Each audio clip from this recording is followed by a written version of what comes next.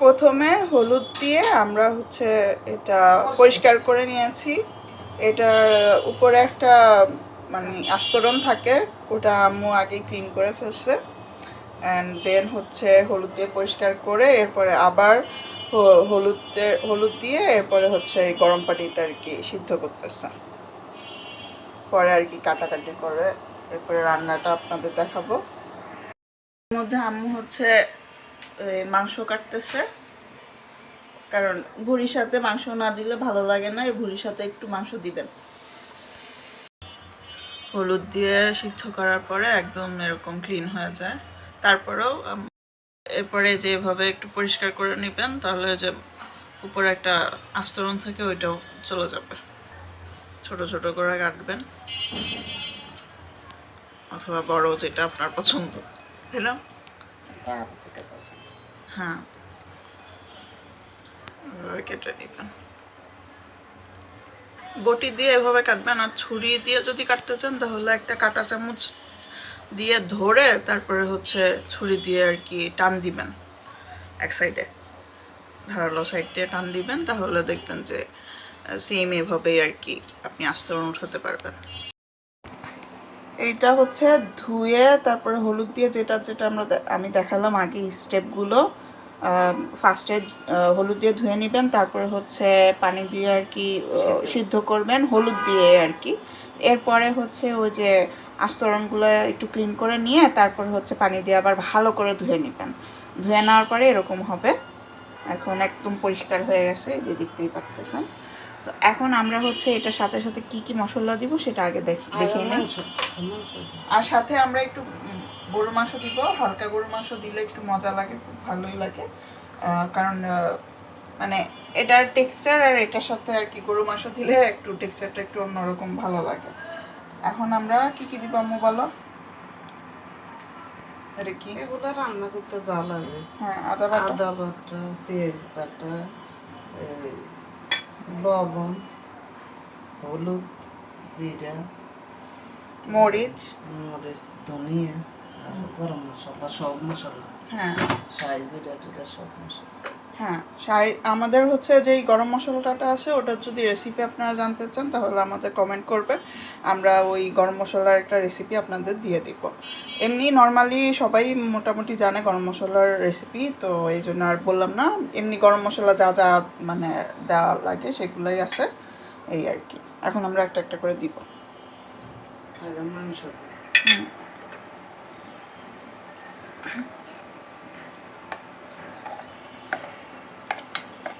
এখানে আধা কেজির যে একটু কম আর কি গরুর মাংস, হাড্ডি টাড্ডি ছাড়া। হাড্ডি না দেওয়াই ভালো আমার কাছে মনে হয়, বাট অনেকে হাড্ডি চাবাতে পছন্দ করে, তারা হাড্ডি দিতে পারেন। এখানে হচ্ছে আদা বাটা, আদা রসুন বাটা নাকি আদা বাটা? আদা রসুন বাটা, হ্যাঁ, আদা রসুন বাটা একটা।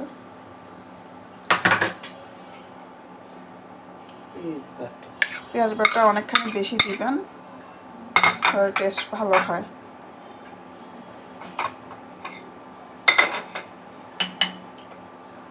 লবণ আপনাদের স্বাদ মতো, কেউ বেশি খায় কেউ কম খায়, সো আপনি সেই পরিমাণ মতো, আমরা যতটুকু খাই আমরা ততটুকু দিতেছি। একটু কম দেওয়ার ট্রাই করবেন, যদি আপনি না বুঝেন আমার মতো রাঁধুনি হন তাহলে একটু কম দিবেন। কারণ হচ্ছে পরে আবার আপনি বাড়ায় দিতে পারবেন টেস্ট করে, যখন কি রান্না অনেকখানি হবে। তো কম দিলে সমস্যা নয়, বেশি দিলে সমস্যা। হলুদ বাটা, হ্যাঁ, 1.5 চামচ। অলরেডি কিন্তু এটাতে হলুদ আছে, তারপরেও একটা সুন্দর লুক হবে। হ্যাঁ, এখানে মরিচ 2 চামচ,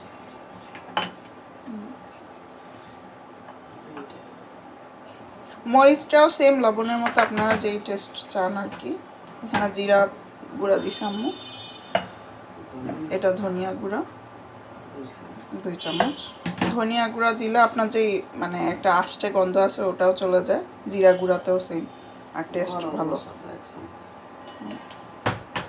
একটু তো দিলে কি তিতা লাগবে? নামানোর সময় ও না, নামানোর সময় একটু দেওয়া।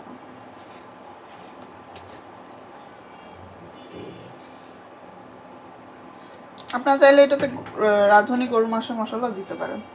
হ্যাঁ, রাঁধুনিটা আছে আমাদের। ওইটা আমরা দিয়ে দিব এখন। তারপরে এটা মাখাবো। এই যে আমরা এই রাঁধুনি গরুর মাংস মশলাটা দিব একটু, বেশিটুকু না, মানে 1 চামচের মতো, 1 চা চামচের মতো। এবার এটা ভালো করে মাখিয়ে নিব। এটা ম্যারিনেট করে তারপরে কিছুক্ষণ পরে রান্না করতে হবে, তাহলে আর কি ভালো করে মশলাটা এই ভুড়ির সাথে মিশে যাবে। তেলও দিয়ে দিছি না কারণ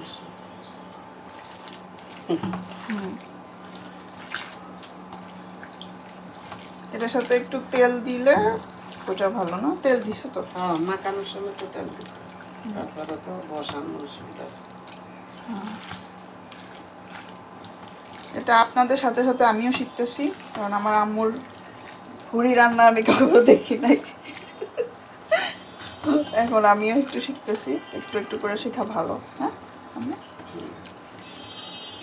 আজকে এটা ক্লিন করাও দেখালো। ক্লিনটা আমি দেখাইনি, কারণ ক্লিনটা অনেকের কাছে এত বেশি মানে ভালো লাগবে না দেখতে, রুচি লাগবে না হয়তো, ওইটা দেখাই নাই। আপনারা চাইলে দেখে নিতে পারেন। কিন্তু হচ্ছে কেউ যে ওই যে গরম পানি দিয়ে, হ্যাঁ গরম পানি দিয়ে হচ্ছে চেঁচে উঠায় ফেলে, ওইটা আমরা করি না।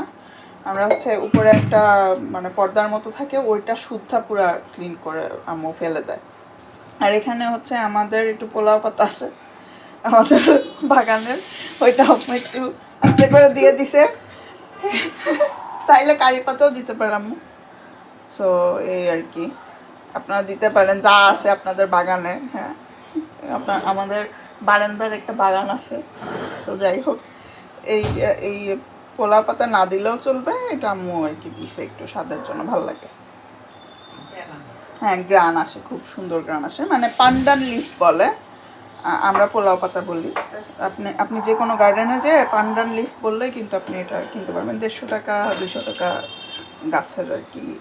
আর এটার সাথে অনেকগুলা গাছ কয়দিন পরে পরে হয়। তো এনিওয়েজ আমরা এখন এটা মানে রান্না করতে দিয়ে দিব। হ্যাঁ, তেজপাতা আর কি সুজি বাপু একটা।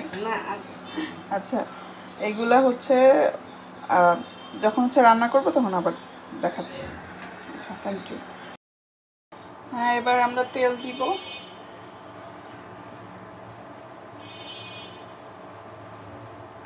বেশি তেল দিব না, কারণ আমরা বাটার দিব সাথে। এই যে এরকম, আপনি সল্টেড অথবা আনসল্টেড যেটাই পছন্দ করেন দিবেন, সমস্যা নেই। আর সাথে হচ্ছে আমাদের এই যে কিছু গরম মশলা, তেজপাতা, এগুলো দিয়ে দিব। চুলার আস্তে একটু কমায় নেবে, নাহলে বাটারটা পুড়ে যাওয়ার সম্ভাবনা থাকে। আর বাটার দিলে সেই রকম একটা গন্ধ আসে। যত ট্রাই করবেন যে গন্ধ যত কম আসে ভুড়িতে তত ভালো লাগে। হ্যাঁ, সেই জন্য এরকম আমরা ভুড়ি রান্না করি না, যাদের কাছে খুবই বাজে গন্ধ লাগে। এই জন্যই বলতেছি যে বারবার গন্ধের কথা।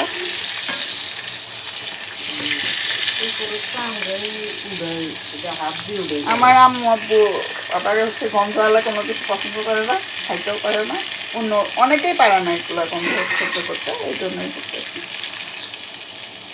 আপনার বাটার যদি না দেন ঘি দিতে পারেন, পেঁয়াজ দিয়ে দিবেন। পেঁয়াজ 1 কাপের অর্ধেক এরকম।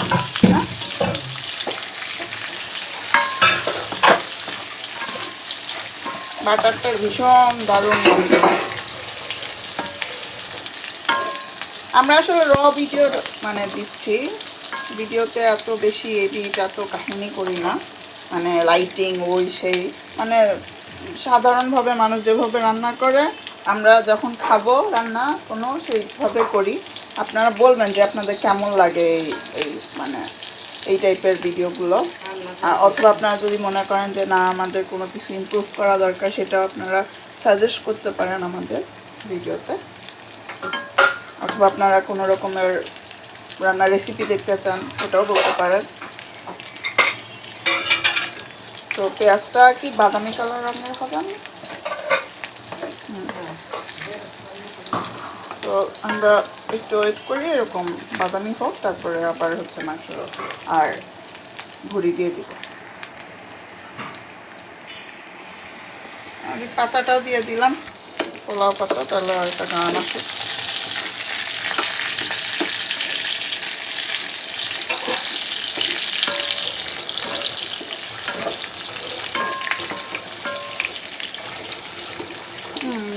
এটারও দারুণ গ্রাম।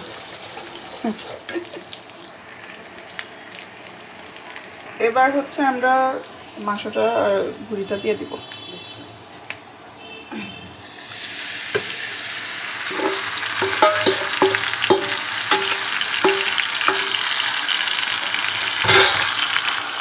আপনারা এটা দেওয়ার পরে ওই যে যতটুক হলুদ টলুদ লেগে আছে এটা কিন্তু ফেলে দিয়েন না, পানির সাথে মিশায় তারপরে এটা দিয়ে দিয়েন ঝোল হিসেবে। হ্যাঁ, তারপরে তো ঝোল দিত তো, যাতে সিদ্ধ হয় না। এই মশলা ধোয়া পানিটা একটু দিয়ে দিয়ে একটু কি, কারণ ভাজা ভাজা টাইপের একটু, হ্যাঁ ওই ভুনা ভুনা টাইপেরটা। তাও বাইরের ভাজার চাইতে আমরা একটু কমই ভাজি, মানে একেবারে কড়া ভেজে একেবারে মচমচে কড়াটা না, মানে ভুনাই বলতে পারি এক ধরনের। এইগুলা থেকেও পানি বাইর হবে, তাই না? এবার এটা ঢেকে দিব, ঢেকে প্রায় 30 মিনিট পরে মেবি আসবো, এসে দেখবো যে কি অবস্থা।